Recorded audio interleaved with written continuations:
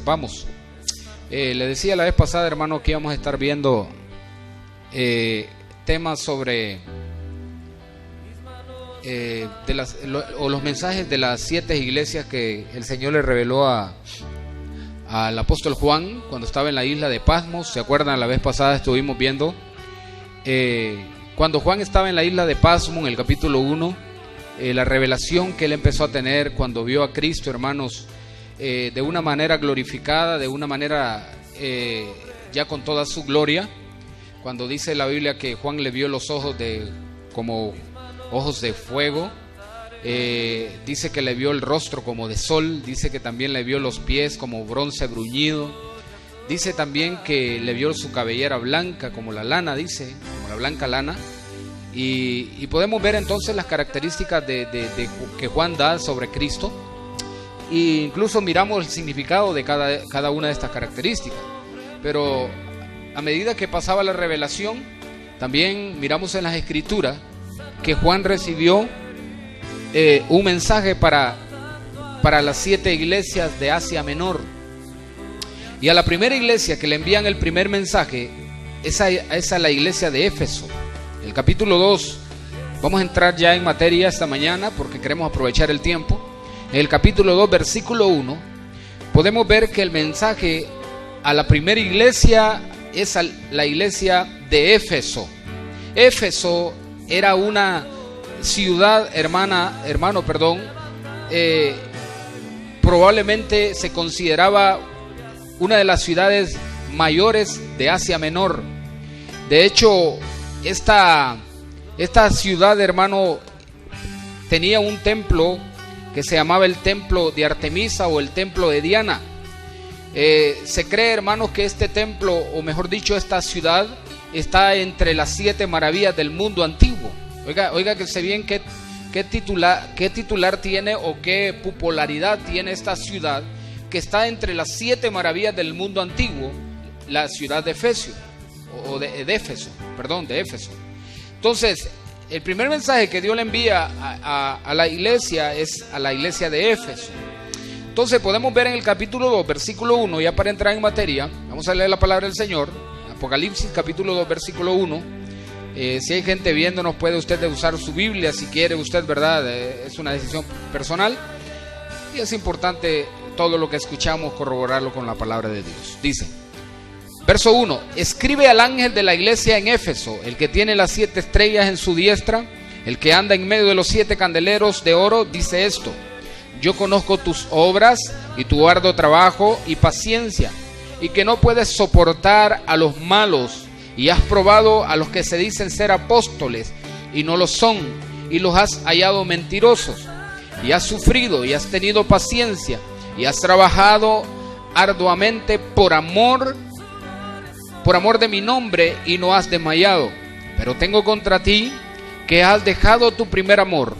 Recuerda por tanto de dónde has caído, y arrepiéntete y haz las primeras obras, pues si no, vendré pronto a ti y quitaré tu candelero de su lugar, si no te hubieras arrepentido.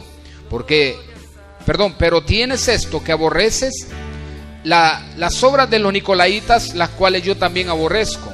El que tiene oído, oiga lo que el Espíritu dice a las iglesias.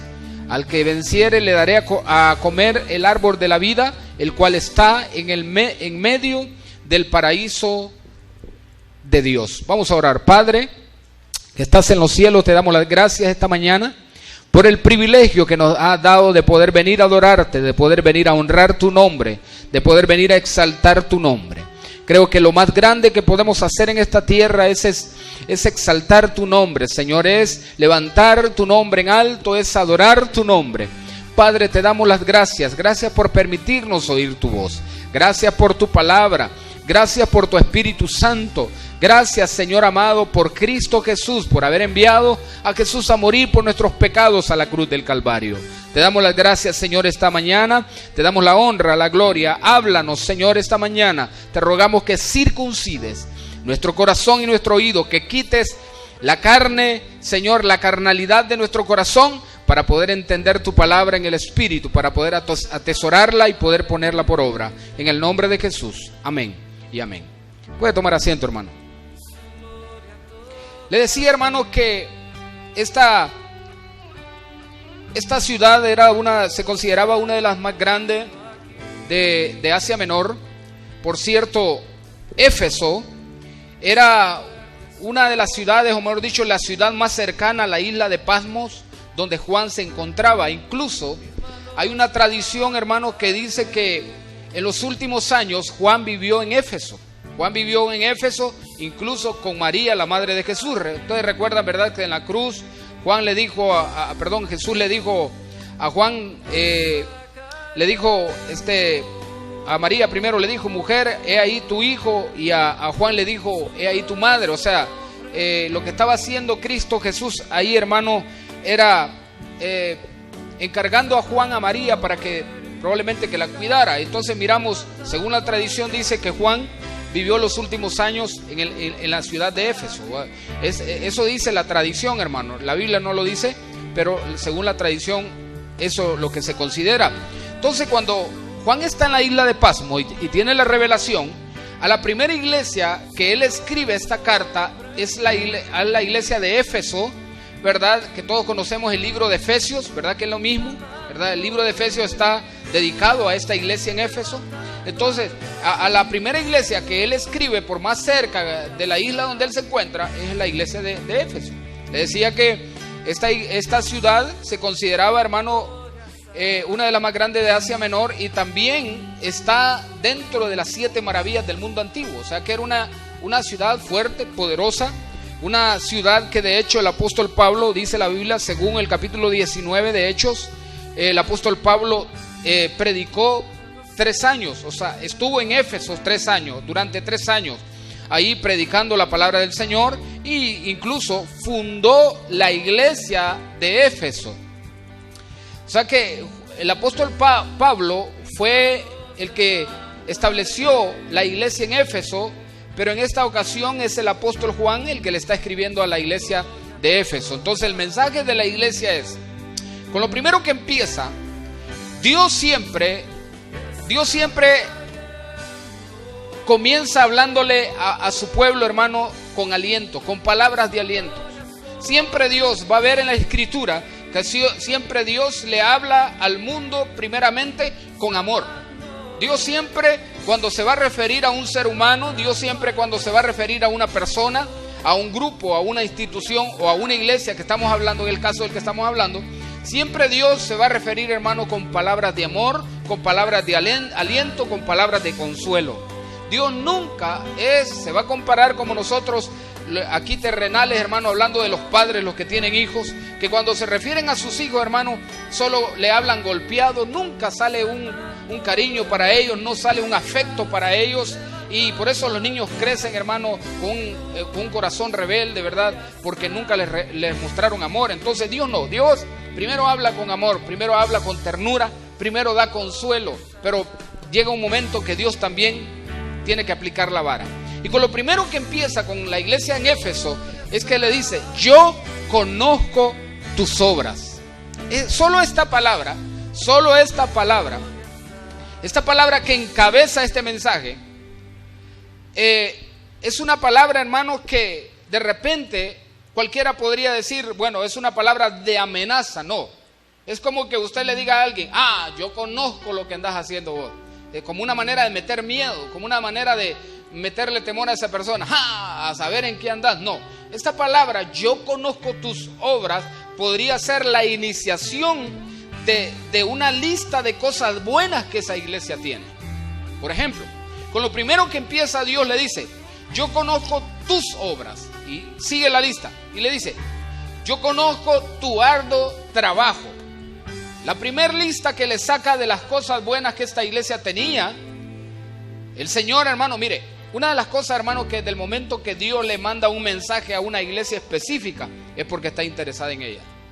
Si Dios está interesado en nosotros, hermano, va a ver y va a venir, hermano, a escudriñar el corazón de cada uno, y nos va a hacer ver los errores que tenemos, pero también nos va a enseñar cómo corregirnos los errores. Amén.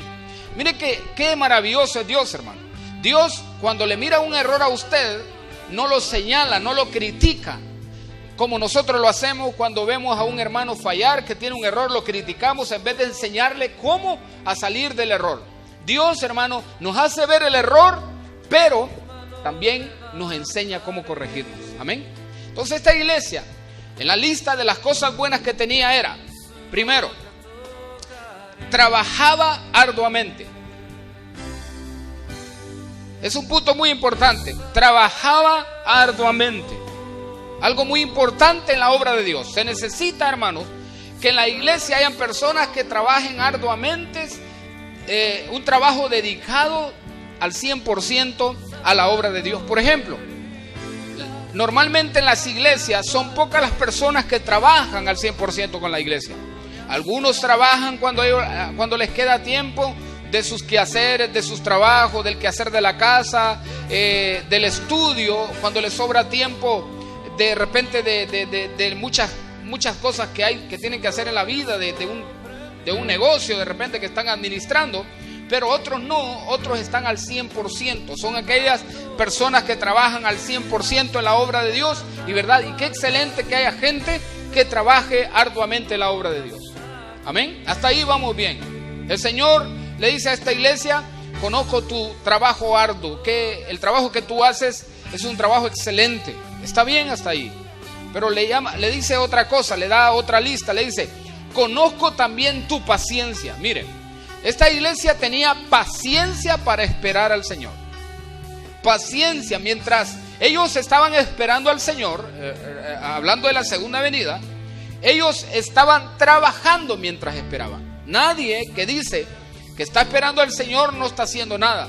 El problema es que en los años 80 se predicó un mensaje, hermano, y le decían a la gente: Cristo viene, Cristo viene. Entonces empezaron a decirle a los jóvenes de las iglesias que ni estudiaran, que para nada les iba a servir el estudio, que no se prepararan, que no ni trabajaran si era posible, porque todo eso se iba a quedar porque Cristo ya venía. ¿Qué pasó? En los años 80 se creció una generación de gente, hermano, ¿cómo le voy a decir? ¿Cómo puedo usar la palabra? De gente que no hizo nada, no se desenvolvió en nada, no creció en algunas áreas, porque la mentalidad de ellos era que Cristo venía y que de nada iba a servir todo el gran trabajo que estaban haciendo. Pero Dios nunca quiere que nosotros le esperemos sin hacer nada, hermano. El salmista David, hay un salmo que dice: pacientemente esperé en Jehová. Amén. ¿Cuántos se acuerdan de ese salmo? Pacientemente esperé en Jehová. También otro versículo dice: clamé a Jehová y Él me oyó. ¿Qué hacía David mientras esperaba a Dios? ¿Qué hacía David mientras esperaba al Señor que le respondiera? Lo que hacía David, hermano, era buscarle. Lo que hacía David era estar ocupado en las cosas espirituales. Lo que hacía David era estar, hermano, ocupado en las cosas del reino. Entonces, nosotros, hermanos, mientras esperamos al Señor, debemos de estar ocupados en las cosas del reino. ¿Qué dice la Biblia en Mateo? Buscad primeramente el reino de Dios y su justicia, y las demás cosas vendrán por añadidura. Entonces, mientras yo espero al Señor, mientras yo estoy con esa paciencia esperando al Señor, estoy trabajando para su reino. Amén. Entonces, necesitamos la paciencia, pero también necesitamos trabajar. Hasta ahí vamos bien. Entonces, mientras esperamos el regreso de Cristo, vamos a trabajar. Eso es lo que Dios le estaba diciendo a esta iglesia. Está bien, tú trabajas, tienes paciencia, sabes esperar, incluso soportas la maldad. Era una iglesia que soportaba el pecado, que estaba luchando contra la maldad. Otra característica buena de esta iglesia: primero, trabajaba arduamente. Segundo, tenía paciencia, pero también soportaba a los malos. Dice, significa que soportaba, estaba luchando con la maldad, estaban peleando con la maldad. Mire, una de las ciudades más corrompidas en lo que es la inmoralidad sexual, hermano, era esta ciudad de Éfeso. De hecho, esta ciudad se movía mucho en la idolatría. Ellos hacían, hermanos, lo que es tiene que ver con la artesanía. Hacían templos de Diana, de la diosa Diana, ¿verdad? Que esa era la diosa de ellos. Y hacían estatuas también de la diosa Diana, y ese era el negocio de ellos. Incluso en una ocasión, creo que el apóstol Pablo fue que tuvo un altercado ahí, se alborotó toda la ciudad, porque Pablo llegó con el evangelio, hermano, y la gente empezó a recibir el evangelio, y ellos se preocuparon que ya nunca más iban a vender lo que eran las estatuas, y que ya nadie iba a adorar a la gran diosa Diana, ¿verdad? Entonces, pero el punto es que esta iglesia, hermano, esta iglesia estaba en medio de una ciudad donde se movía, hermano, la idolatría, donde se movía, hermano, lo que es la inmoralidad sexual, porque donde, mire, usted debe entender algo, hermano, donde hay idolatría, siempre habrá inmoralidad sexual. Eso téngalo por seguro. En un lugar donde hay idolatría, en un pueblo, en una iglesia, en un grupo, en una institución donde se mueve la idolatría, hermano, después de la idolatría viene la inmoralidad sexual. Siempre. Por eso usted mira, hermano, cuánta idolatría en los pueblos y cómo está el asunto sexual, por ejemplo, en los hogares. Las niñas se van a corta edad, se van con un novio, salen embarazadas a corta edad. Muchachas que ya saben qué es tener sexo a los 13, 14 años. Entonces todo tiene que ver con la inmoralidad sexual. Hombres que están casados tienen 2 amantes aparte.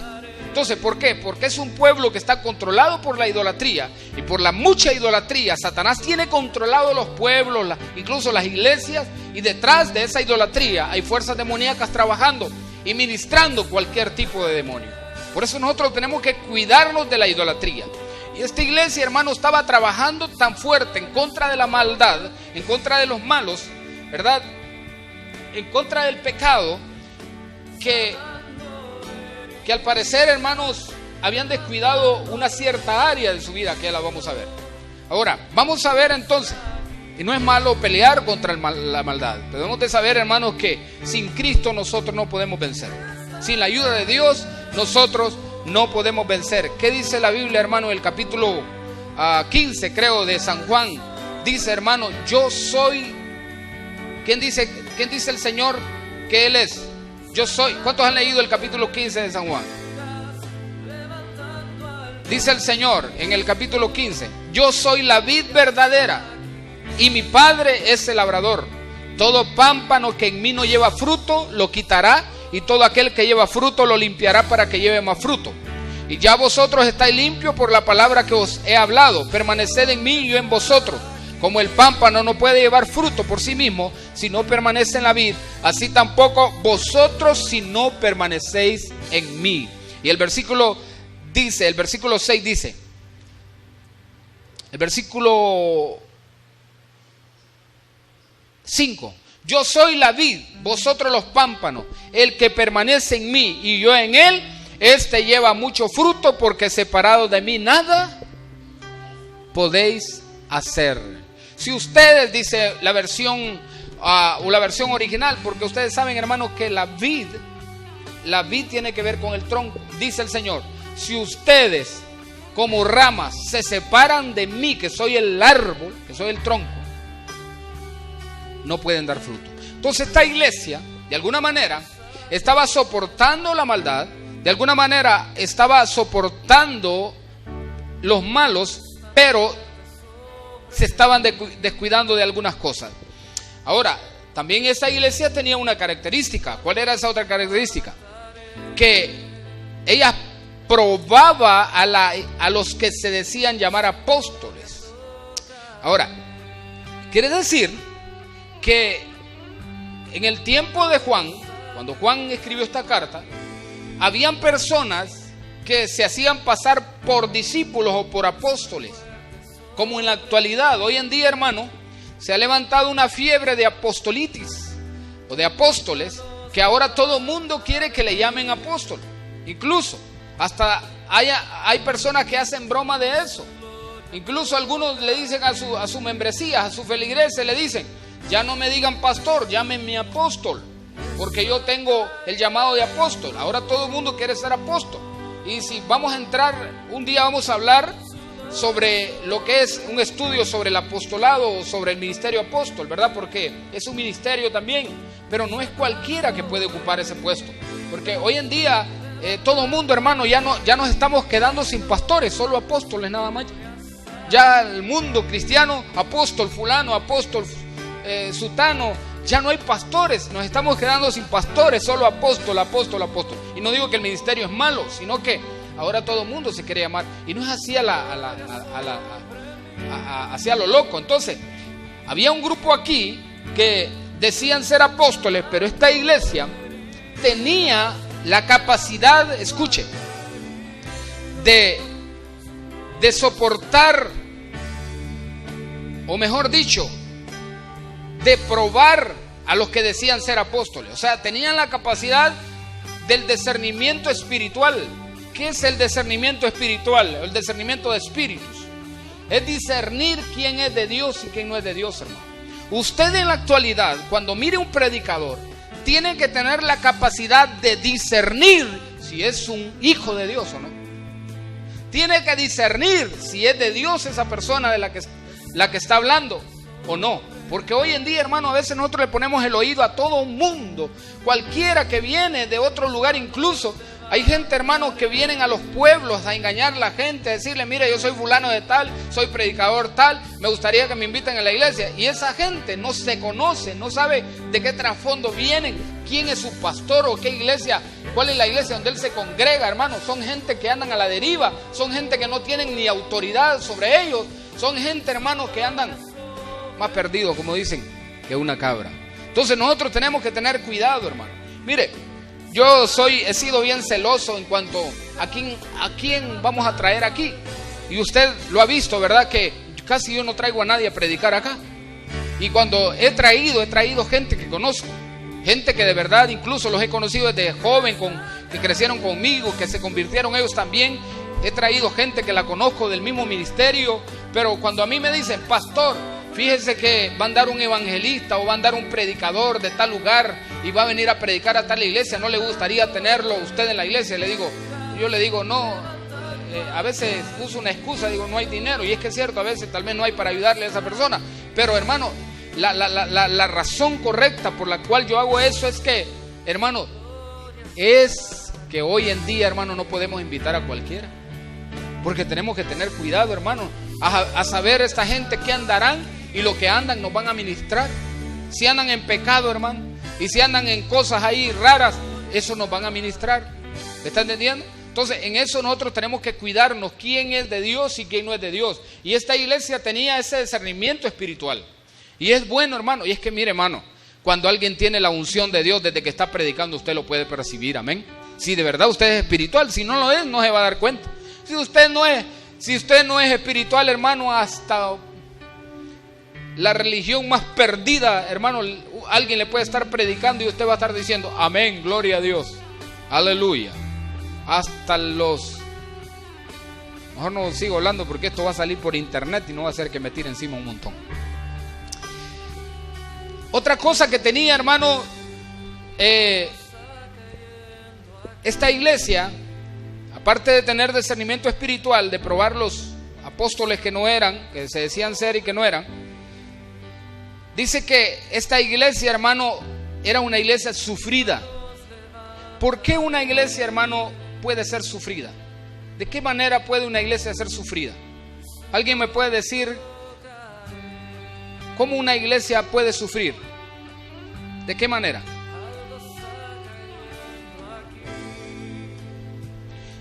¿De qué puede ser una iglesia sufrida, hermano? Vaya, vamos a comenzar con algo. Probablemente era una iglesia muy perseguida. ¿Sabía usted, hermano, que las personas que son perseguidas sufren? Y eso Cristo lo dijo, hermano. Y seréis perseguidos en mi nombre, dijo Cristo. Por mi nombre. Por causa de mi nombre, ustedes van a ser perseguidos. Entonces, hermano, una iglesia sufrida, probablemente una iglesia que es muy criticada, que es muy perseguida, que es una iglesia, hermano, que siempre está en medio del ojo del huracán, como dice, ¿verdad? Entonces, esta iglesia era sufrida y también dice que tenía paciencia aún en medio del sufrimiento. Probablemente habían de los mismos miembros que eran pobres económicamente, también podríamos anexarle esto, que eran personas, hermanos, que vaya, por ejemplo, ¿qué mejor ejemplo podemos tener? Aquí los pueblos, las iglesias, hermanos, no son ricas, por así decirlo. Nosotros somos pobres, hermano. Y alguien que me está viendo puede decir, ay, qué declaración la suya, usted tiene que declararse rico. No, hermano, hay que ver la realidad. La fe no quiere decir que no vamos a ver la realidad, hay que ver la realidad. Nosotros somos pobres, económicamente hablando, no tenemos dinero, no hay fuentes de trabajo, y esa es la verdad. Pero no quiere decir que por eso vamos a dejar de comer, porque siempre Dios nos va a dar el sustento, como dice la palabra, ¿verdad? Que Él nos va a sustentar, Él nos va siempre a dar el alimento. Dice la palabra del Señor, si miramos los pajarillos, ellos dicen que no trabajan, los lirios de los valles, cómo se visten, y dice el Señor que nosotros valemos más que los pajarillos. Entonces, de eso estamos bien claros. Pero una iglesia, hermano, comparada con otras, nosotros somos iglesias pobres económicamente, pero ahí vamos caminando. Y esta iglesia probablemente era una iglesia sufrida por cuestión económica y por cuestión de persecución. Porque recuerda, hermano, en los tiempos de los apóstoles había una persecución terrible en contra de la iglesia. Amén. Había una persecución terrible. De hecho, el único apóstol que había quedado vivo en esa época era Juan. Ya todos los apóstoles los habían asesinado, los habían matado. Solo habían quedado los discípulos de los apóstoles, o sea, los discípulos que habían creído en Cristo a través de los apóstoles. Eso se habían regado por todas partes. Eso era como una enfermedad, hermano, que se había regado por toda Europa, allá por Asia y por todos los países ahí aledaños en el Medio Oriente, ahí de Jerusalén. O sea, ellos se habían esparcido. Eran miles de cristianos, hermanos, predicando la palabra del Señor. Ahora, entonces esta iglesia dijimos que era sufrida, pero a pesar de ello, era una iglesia que se mantenía con paciencia, esperando. Y también dice que era una iglesia que trabajaba mucho por amor del nombre de Cristo. Y también era una iglesia que no desmayaba, o sea que era una iglesia constante. Era una iglesia, hermano, no de doble ánimo. Ojo con esto, hermano. Dice Santiago, creo que Santiago, vamos a ver si buscamos el libro de Santiago, por favor. El libro de Santiago, permítame un momento porque dice la Biblia en Santiago que el hombre de doble ánimo es inconstante en todos sus caminos. Capítulo 1, verso 8 de Santiago dice: el hombre de doble ánimo es inconstante en todos sus caminos. Debemos de cuidarnos, hermanos, de no ser inconstantes. Uno de los problemas que vivimos en las congregaciones, hermanos, es que las personas comienzan a hacer algo y lo dejan a todo a medias. Por ejemplo, algunos comienzan a estudiar un libro y lo dejan a medias. Algunos comienzan un estudio, lo dejan a medias. Algunos comienzan el discipulado y lo dejan a medias. Algunos comienzan en un ministerio a servir al Señor y lo dejan a medias. Eso es ser inconstante. Y una iglesia que es inconstante no puede crecer espiritualmente. No crece como individuo la persona y no crece la iglesia. Porque recuerda, hermano, que los ministerios y los dones que nos han dado es para la edificación de la iglesia. ¿Qué es edificar? Cuando usted escucha de alguien que dice: ¿y qué estás haciendo en tu casa? Estoy edificando, dice. ¿Qué significa? Que está construyendo, que está levantando una casa, que está levantando un edificio. Entonces, cuando la Biblia dice que los dones, hermanos, son para la edificación de la iglesia, significa que una iglesia con dones y una iglesia con ministerios es una iglesia que se va construyendo y va creciendo cada día, hermano. Pero cuando la iglesia tiene dones, pero no hay perseverancia, la gente es inconstante, es difícil, hermano, que sea una iglesia que crezca. Por eso es importante que usted y yo seamos constantes en todo lo que hacemos, que seamos perseverantes. El día de ayer yo miré a un grupo de hermanos motivados para ser parte del ministerio de alabanza, pero yo tengo que hablar seriamente con muchos de ellos mañana. Mañana vamos a reunir a las 6 de la tarde, porque es importante, hermano. El ministerio de la alabanza no es para cualquiera. Y no es cualquier cosa, hermano, que la vamos a tomar así cuando nosotros queramos, y como se han hecho las cosas muchas veces en algunas iglesias, incluyendo esta. Y a veces se comienzan las cosas. Pastor, voy a hacer esto, y allá a medias, hermano, se dejan las cosas. Nosotros tenemos que ser gente seria, hermano, en el reino de Dios. La obra de Dios es algo serio. El ministerio es algo serio. Los dones son algo serio, hermano. No podemos estar jugando a eso. No podemos estar jugando con las cosas del Señor, hermano, con la herencia, con los regalos que Dios nos ha dado. Hay gente que tiene talento, pero son rebeldes. Hay gente que tiene dones, pero son desobedientes, hermano. Son inconstantes. ¡Qué increíble! Dios no puede hacer la obra sin una persona que es inconstante, que no es perseverante, hermano. Entonces, tenemos que cuidarnos de ser personas, hermano, inconstantes. Es difícil que una obra pueda crecer así.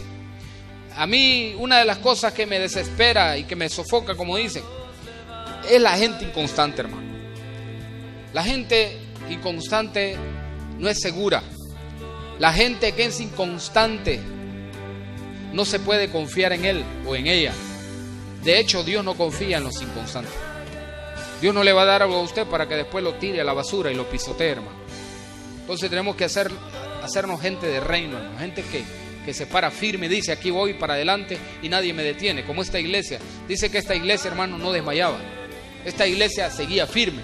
Esta iglesia caminaba. A pesar de tanta opresión que tenían, donde ellos estaban instalados, ellos caminaban hacia adelante, predicaban el evangelio y seguían extendiendo el reino de Dios. Ahora, le dice el Señor en el verso 4, aquí comienza la lista de las cosas que no estaban bien. Le dice el Señor, el verso 4: pero tengo contra ti que has dejado tu primer amor. Detengámonos un poquito aquí. Miren, la iglesia está bien que trabaje, amén. ¿Cuántos dicen amén? La iglesia está bien que trabaje en el reino. La iglesia está bien, hermano. Los hermanos está bien que se desenvuelvan en la obra de Dios. Gloria a Dios. Usted está bien que aprenda un instrumento. Está bien que aprenda a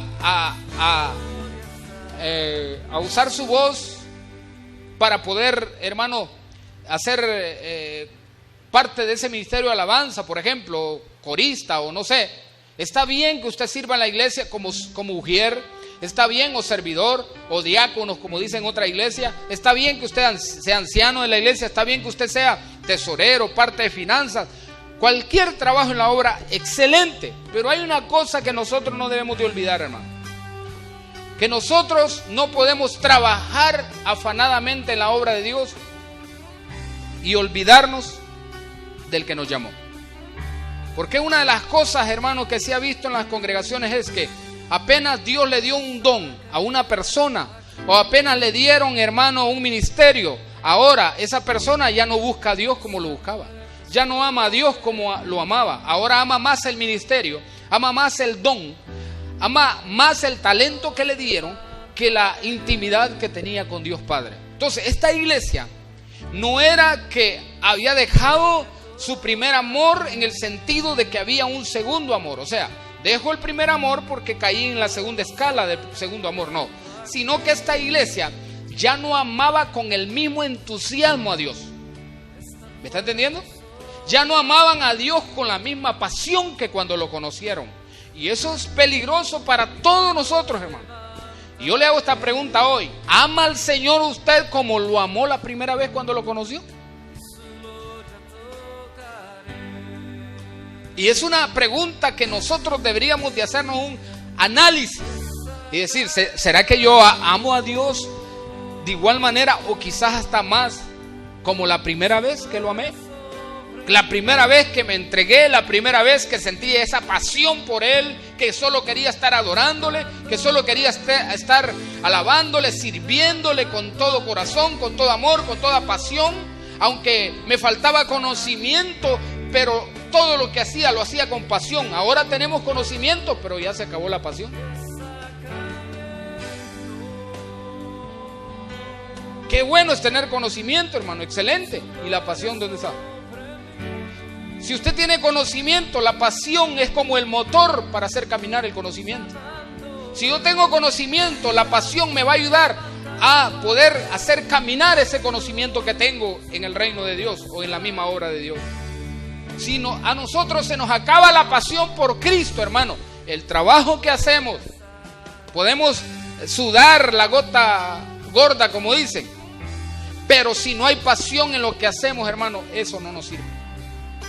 Y perdóneme, yo sé que hay mucha gente que me va a ver, pero usted puede ser un buen ujier, usted puede ser un buen diácono, usted puede ser un buen servidor, incluso un gran pastor.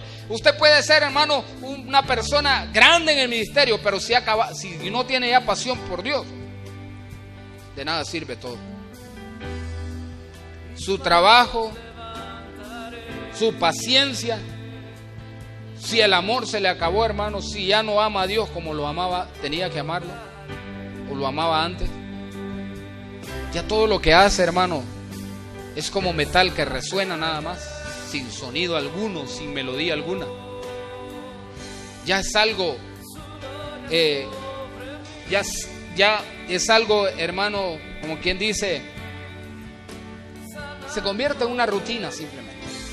La gente en las iglesias, hermano, ¿por qué miran que ahora todo es rutina en las iglesias? Por lo mismo, porque ya no hay pasión. Ya ahora los cultos son como una rutina. La gente ni quiere venir a la iglesia. Hasta los coros que van a cantar ya me lo sé, dice. Que los mismos cantan, ya para qué ir. ¿Por qué? Porque ya no hay pasión. Y no digo, hermano, que hay que cantar lo mismo y hay que hacer lo mismo siempre. No hay que hacer lo mismo. Hay que tener pasión para hacer las cosas. Cuando hay pasión, hermano, las cosas cambian.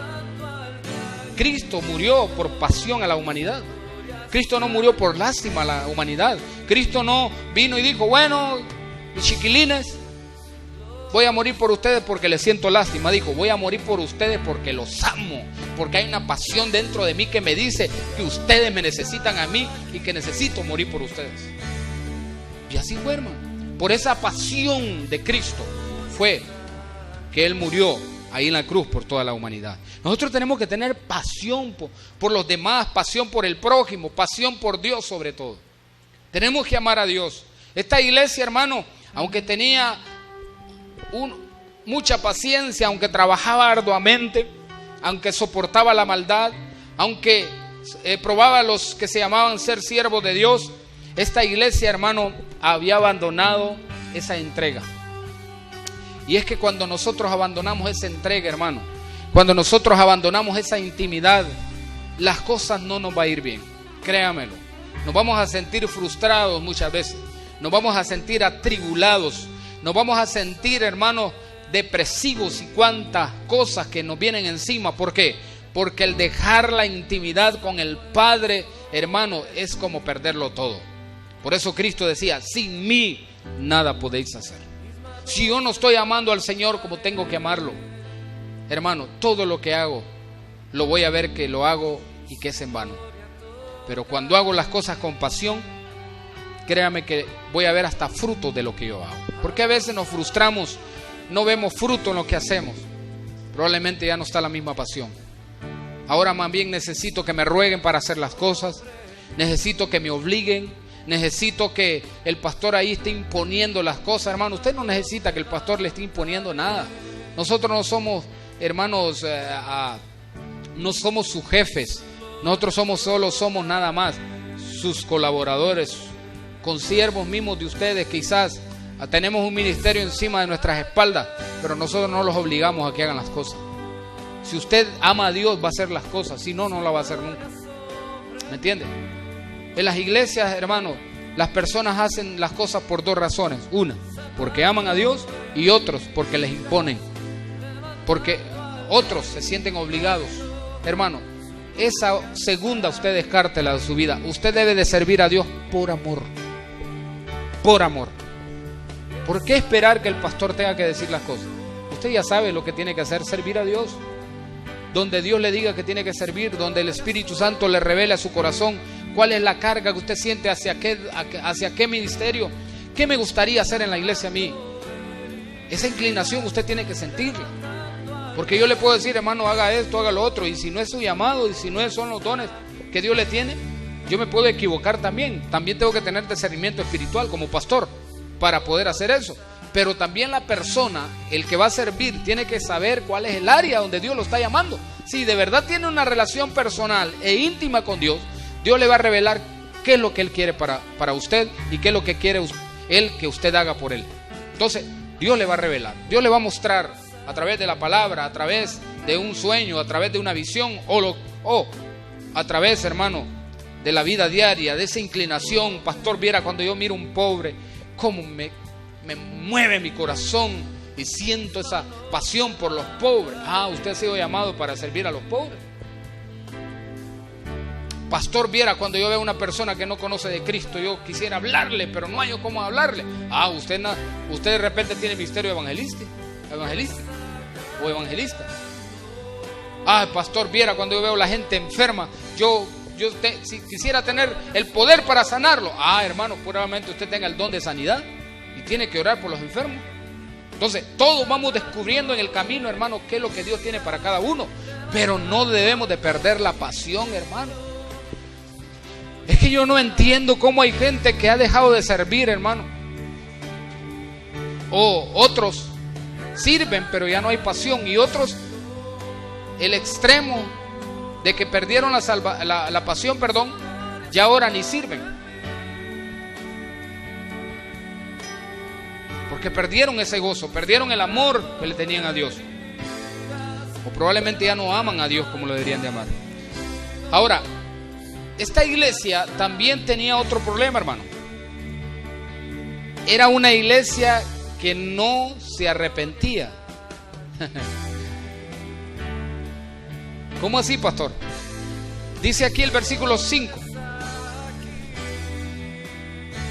Recuerda por tanto de dónde has caído y arrepiéntete y haz las primeras obras, pues si no, vendré pronto a ti y quitaré tu candelero de su lugar si no te hubieres arrepentido. Oiga, esta iglesia tenía poco arrepentimiento. Mire qué cosa, hermano. Primero, que ya no amaban a Dios como lo amaron la primera vez. Segundo, era una iglesia que no se arrepentía. Mire, hermano, si usted no tiene un corazón arrepentido, usted se va a volver una persona soberbia, una persona arrogante, una persona, hermano, que usted va a pensar que usted no necesita pedir perdón por nada. Incluso cuando ofenda a los demás, va a pensar que los demás tienen que venir postrados a usted a pedirle perdón y usted no ir a pedir perdón. Cuando una iglesia no tiene un corazón arrepentido, hermano, no hay llanto, no hay cambio en ellos. Hola. No hay cambio en ellos. ¿Por qué? Porque ¿sabía usted, hermano, que cuando usted tiene un corazón arrepentido cambia? Porque la palabra arrepentimiento del original significa cambiar de pensamiento o cambiar de mente. Quiere decir, hermano, que cuando una persona tiene un corazón arrepentido, es una persona que vive en constantes cambios cada día. Mire, todos los días un cambio. Todos los días va siendo mejor. Todos los días va teniendo esos cambios. Amén. Pero cuando una iglesia no tiene un corazón arrepentido, se conforma en tolerar el pecado, se conforma, hermano, hasta darse sus libertades de vez en cuando. De todas maneras, tenemos que tener cuidado, hermano, no tener un corazón arrepentido. También dice que esta iglesia, o le dice el Señor, pues vendré pronto a ti. Esta palabra vendré pronto a ti no significa su segunda venida, sino que hay iglesias, hermano, que ya dejaron de ser luz en medio de las tinieblas. Porque la luz que tenían, Dios la quitó de ese lugar, porque ya era una iglesia que no daba luz. Por eso dice aquí, mire, dice, pues si no, vendré pronto a ti y quitaré tu candelero de su lugar si no te hubieres arrepentido. Mire, una iglesia que no tiene arrepentimiento, escuche, le van a quitar la luz que tiene para dársela a otra. Porque, hermano, escuche, no es que tal vez pierda la salvación, porque, hermano, Dios cuando salva a alguien lo salva, pero le van a quitar la luz que tiene. Incluso hay iglesias, hablando de los edificios, Hay iglesias que están cerradas, hermano. Increíble, hermano. Oiga lo que le voy a decir, hermano. Imagínese usted que de aquí a unos cuantos años, hermano, la iglesia Filadelfia cerrada porque ya nadie iba, o ya no había luz. ¿Quién cerró? Dios mismo quitó la luz de ahí, porque no había un corazón arrepentido. Que Dios nos libre, hermano. Nosotros tenemos que vivir con un corazón arrepentido, si no nos van a quitar la luz. Y no es que le debemos a la ENED, no. Nos van a quitar la luz del cielo, hermano. Nos van a quitar el candelero que nos está dando luz aquí en este lugar. Hola.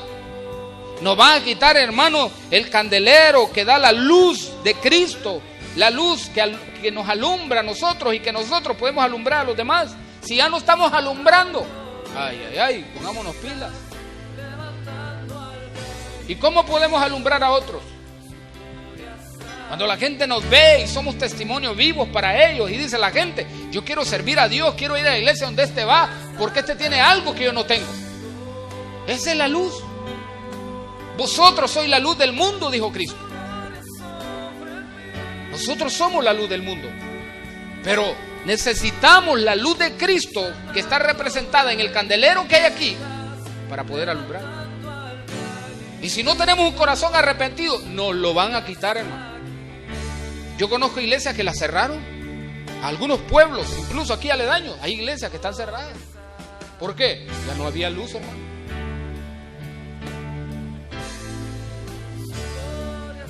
Allá, no sé si es en Alemania, hay una catedral inmensa, hermano, que en los años 80 por ahí, en los años 1800, no recuerdo exactitud la fecha, era una iglesia, hermano, que era una congregación inmensa. Y ahora, ¿cómo ha quedado esa catedral? La han hecho, hermano, un lugar para que la visiten los turistas personas de otros países. La catedral ahora no sirve para adorar a Dios, sino para que la gente la vaya a ver. Qué inmensa catedral, qué inmenso edificio, qué hermoso. Hermanos, imagina que las iglesias donde se ha adorado al Señor, se ha exaltado su nombre, llega un momento, hermano, que las dejen para que sean monumentos de la historia y que la gente solo vaya de turista, hermano, a ver que ahí se adoró a Dios, ahí que solo quede la historia. No, hermano. Una iglesia, hermano, probablemente un edificio podrá deshacerse y hacerse en otro lado, pero una iglesia, hermano, hablando del edificio en sí, tiene que ser hasta que Cristo venga, hermano. La congregación en sí tiene que estar ahí hasta que Cristo venga. Amén. Yo sé que algunos nos tenemos que morir por la vejez. Bueno, yo estoy cipote todavía. Algunos de ustedes andan en la misma edad mía, otros ya me pasaron, pero de alguna manera nos vamos a morir cualquier rato, ¿verdad? Porque no necesita ser anciano para morirse. Jóvenes nos podemos morir. El punto es, hermano, que nosotros tenemos que vivir siempre en esa luz y con esa luz. Alumbrar siempre. Que cuando hablen de nosotros, cuando ya no estemos en esta tierra, hermano, cuando la gente hable de la luz que había en nosotros. No de mí, no de la persona en sí, sino de la luz que es Cristo. Amén. ¿Qué dijo Cristo? Yo soy la luz del mundo, pero también dijo que nosotros éramos la luz del mundo. Ahora, entonces, dice el Señor, ahora sigue exaltando o elogiando a esta iglesia. Le dice: pero tienes esto, verso 6, que aborreces las obras de los nicolaitas, las cuales yo también aborrezco. ¿Quiénes eran estos nicolaitas, hermano? Porque queremos entender todos los versículos, ¿verdad? No solo vamos a... ¿Quiénes eran estos nicolaitas? Algunos historiadores dicen que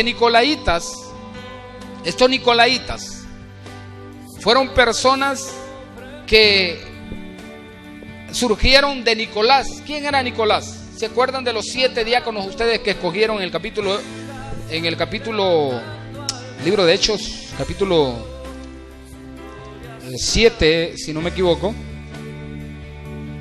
o 6, capítulo 6, dice que los discípulos escogieron 7 diáconos, porque había un problema ahí, hermano, como que había algunas personas que estaban siendo descuidadas en cuanto a la comida. Entonces los apóstoles dijeron que ellos no podían estar sirviendo a la mesa y predicando al mismo tiempo. Entonces dijeron que se escogieran a 7 diáconos para que estos sirvieran a la mesa mientras ellos predicaban. Entonces dice, hermano, que entre esos 7 había uno que se llamaba Nicolás. En el versículo 5, capítulo 6 dice: estaba Felipe, Prócoro, Nicanor, Timón, Parmenas y Nicolás. Dicen algunos que este Nicolás como que creó su propia religión ahí, y estos eran partes de esta religión. Estos nicolaitas, hermanos, también, bueno, esa es una parte de lo que dicen, ¿verdad? Yo no estoy muy seguro en eso, hermano, porque tendríamos que decir que este diácono llamado Nicolás se rebeló prácticamente, con la Biblia no lo dice, pero yo no estoy muy seguro con esa teoría. Pero la otra es que estos nicolaitas, cuando la Biblia se refiere a estos nicolaitas, se está refiriendo a una secta. De hecho, que esta palabra nicolaita, hermanos, viene del griego balaamitas. Y no sé si ustedes se acuerdan de Balaán, el capítulo 31 de Números, verso 15, 16. Balaán era un adivino, supuestamente era un profeta, pero era un adivino. Este adivino fue enviado a llamar por Balac. Balac, no confundas estos dos nombres, Balaán con Balac. Balac era un rey, hermano. Entonces este rey lo mandó a llamar para que maldijera a Israel, porque este rey estaba en contra de Israel, estaba en guerra con Israel. Entonces le dijo a Balaán que maldijera a Israel. Cada vez que Balaán quería maldecir a Israel, más bien lo que hacía era bendecirlo. Pero Balaán, hermanos, le dio un consejo a Balac y le dijo que los hijos de Israel, en un momento que las mujeres, al parecer, no sé si, vamos a leer la historia mejor, capítulo 31, verso 15. Aquí lo que está haciendo Moisés es recordándole el pecado de Balaán. El pecado de Balaán fue, hermanos, que como miró que no podía maldecir a Israel, le dijo a Balac que incitara a los hijos de Israel a caer con las mujeres moabitas. Y lo incitó al pueblo, hermano, y cayeron en pecado, en fornicación. Entonces, estos nicolaitas se considera o se cree que tenían, hermanos, o eran unos creyentes con una fe acomodada. O sea, eran creyentes con ciertas prácticas pecaminosas. Incluso estos creyentes como que tenían algo ahí, hermano, con la inmoralidad sexual. Porque este nicolaita, como venía del griego balaamitas, le hacían referencia a Balaán, que incitó al pueblo a caer en fornicación y en idolatría. Entonces, que al parecer estos nicolaitas, hermano, que soportaba esta iglesia, estos nicolaitas eran de esos hermanitos que dicen: es que no es tan malo todo, hombre. Es que eso de que le prediquen santidad y santidad a uno, eso es antiguo, dicen. Esos nicolaitas se parecían a los hermanos de hoy, que dicen así: es que el pastor mucho se mete a rollo, mucho habla de santidad y ni él ha de ser santo. Es que ese pastor mucho predica de que es por la santidad que vamos a ser salvos y es por gracia, y no hay que ser tan santo, hombre, y darse una escapadita no es tan malo, decían, como hoy en día, ¿verdad? Es que eso de entregarse mucho a Dios, yo veo que, como me dijo una vez alguien, yo en ese tiempo, y le voy a confesar, cuando yo no era cristiano vendía piratería, vendía música, de todo, ¿verdad? Porque no era cristiano. Y recuerdo que me preguntó alguien: ¿anda música cristiana? Me dijo: sí, ando Marcos Witt, ya le mencioné algunos. Y me dijo, le dije yo: ¿no le gusta Marcos Witt? No, me dice: es que Marcos Witt es muy profundo en lo que canta. O sea, lo que me quiso decir que era una persona demasiado espiritual. Y a mí no, me dice, a mí no me gusta la música muy profunda, así me dice, sino a mí me gusta más libre la música. Dije yo ya. Entonces, yo pude discernir qué tipo de espíritu tenía esta persona, sin ser yo cristiano. Lo que me di cuenta yo que era un cristiano a medias ese. Porque la gente que es un cristiano a media no le gustan las profundidades espirituales. No le gustan las profundidades, hermanos, espirituales de Dios. No le gusta escudriñar las escrituras. No le gusta orar tanto. No le gusta ayunar mucho. Que eso es para la gente de antes, y que eso ya uno no lo tiene que hacer, porque el mayor sacrificio lo hizo Cristo en la cruz del Calvario. Y al parecer estos nicolaitas tenían ese problema, que se daban sus escapadas incluso para pecar. Entonces nosotros tenemos que cuidarnos del espíritu de Nicolás, hermano, o el espíritu de Balaán, o los balaamitas, o los nicolaitas. Tenemos que cuidarnos de ese espíritu en la iglesia, hermano, de que ya estoy acomodado y que ya no necesito buscar más a Dios porque ya me salvó y que ya lo único que necesito yo es esperar al Señor y que me lleve. Hermano, el río Chamelecón es que se lo va a llevar a usted. Bueno, no está ese río aquí, ¿verdad? El río Chamelecón es allá en la ciudad, allá por el lado del occidente, por el lado de Santa Rosa, creo que pasa el Chamelecón. Aquí pasa el Ulúa. El Ulúa se lo va a llevar. O el ¿cómo se llama el de ahí? Que pasa por ahí. O aquel puente, ¿cómo que llama? El Palaja. Hermano, porque nosotros tenemos, mientras esperamos al Señor, tenemos que estar con nuestra fe ferviente. Amén. Con nuestra fe, hermano, siempre viva. Que esté ardiendo en fuego. Me gusta eso. ¿Y cómo arde en el fuego la fe, hermano? En el fuego del Espíritu, creyéndole al Señor como lo hicimos la primera vez, amando al Señor como la primera vez. No hay que caer en el error de los nicolaitas. Y mire que dice el Señor: yo aborrezco la obra de los nicolaitas. O sea que Dios aborrece. Oiga, no aborrecía a las personas. Dios no aborrece a las personas, aborrece las obras. Si Dios aborrece algo de nosotros, no somos nosotros, sino las obras, hermano. Y si nosotros estamos en ese espíritu de nicolaíta, que nosotros estamos diciendo a darnos una escapadita, no es tan malo, y hay que vivir acomodados, hermano, dice la Biblia que Dios aborrece ese tipo de vida. Amén. Ahora, también dice: el que tiene oído, oiga lo que el Espíritu dice a la iglesia, al que venciere. Esta palabra venciere, hermano, es una expresión militar. Y usted dirá: pastor, ¿y qué tenemos que ver con nosotros qué tiene que ver la iglesia con lo militar? ¿Sabía usted que normalmente la iglesia es comparada, hermano, como un ejército? ¿Sabía usted que la iglesia normalmente es comparada con militares? Y usted dirá: ¿será una coincidencia o qué? Esta palabra, al que venciere, significa, hermano, es una terminología militar que sugiere un combate contra las fuerzas del maligno. Recuerde que Efesios 6:10 en adelante dice que no tenemos lucha contra carne ni sangre. Entonces, hermano, una iglesia que está en constante lucha es una iglesia, hermano, que prácticamente se está oponiendo a las fuerzas demoníacas de Satanás. Tenemos que seguir oponiéndonos a las fuerzas del maligno. Dice la Biblia, hermano, que hay que vencer el mal con el bien. También dice la Biblia: no os conforméis a este siglo. También dice que no tengamos que ver con las tinieblas mismas. Tenemos más bien que reprenderlas. O sea, hermano, que el trabajo de la iglesia, mientras esté en esta tierra, es seguir reprendiendo las fuerzas demoníacas para no contaminarnos. Amén. Tenemos que seguir luchando, hermano. Y dice el Señor: al que venciere, le daré de comer del árbol de la vida. ¿Qué significa eso del árbol de la vida? Hermano, que siempre el Señor nos dará sustento espiritual para conservar la vida eterna. Amén. Siempre el Señor nos dará el sustento espiritual. Esta palabra paraíso viene de la palabra persa que significa jardín.